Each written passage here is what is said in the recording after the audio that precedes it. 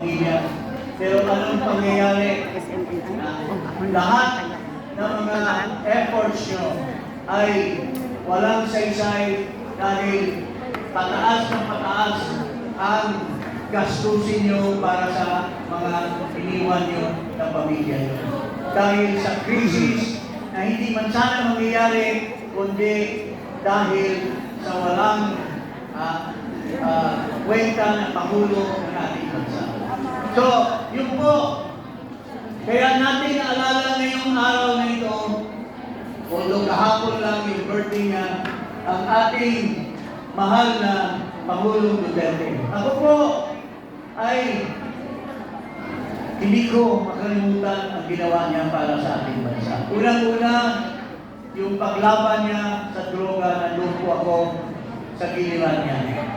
Yung paglaban niya sa kahirapan, mga kababayan. Yung kanyang pagmamahal sa kapwa natin na mga Pilipino. Hindi po natin makakalimutan. Na lahat yan ay ginagawa ng ating dating Pangulo. At kaya ngayon kayo, hindi nyo makalimutan si Pangulong Duterte.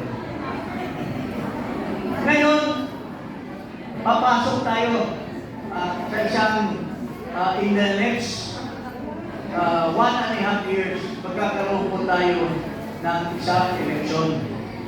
Gusto niyo ba si Inday Sara na maging Pangulo? So, dito, ngayong hapon, amuli po kayo na magkansya po tayo. Marami kayo, siguro, ang bilang ko dito, mayroon tayong mga almost 300,000 na mga OFWs. So, today, mayroon tayong, nakita niyo yung t-shirts nyo. Bago lang namin nilaunch yan, yung Tatay Digong for Sara Movement 2020. So, ito, dito sa Hong Kong, yun po ang magiging political platform natin. So magkaisa na tayo, gagalaw na tayo para ating lapitan ang bawat isa ng ating mga mahal na mga kasama dito sa Hong Kong. At buuhin natin dahil mahal natin si Tatay Digong, anak niya si Inday Sara. Hindi natin kalimutan si Tatay Digong.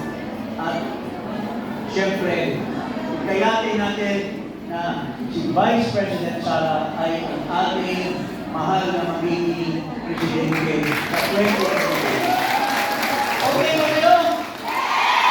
So, Duterte ba tayo?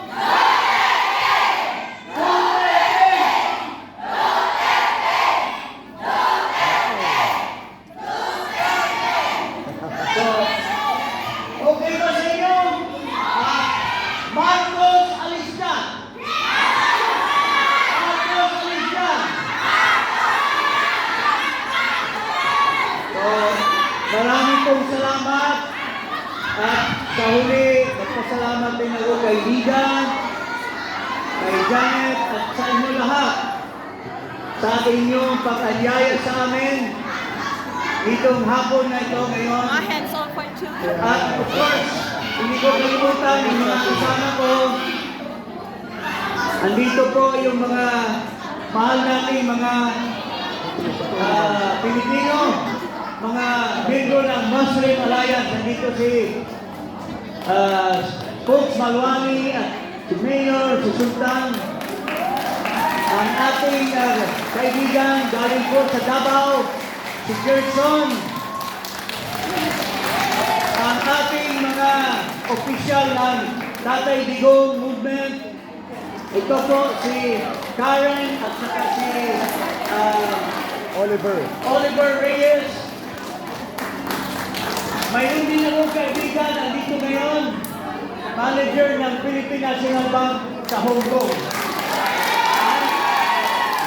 Kung may problema kayo, problema kayo sa pera, punta kayo sa kanya. Approve agad yung loan ninyo.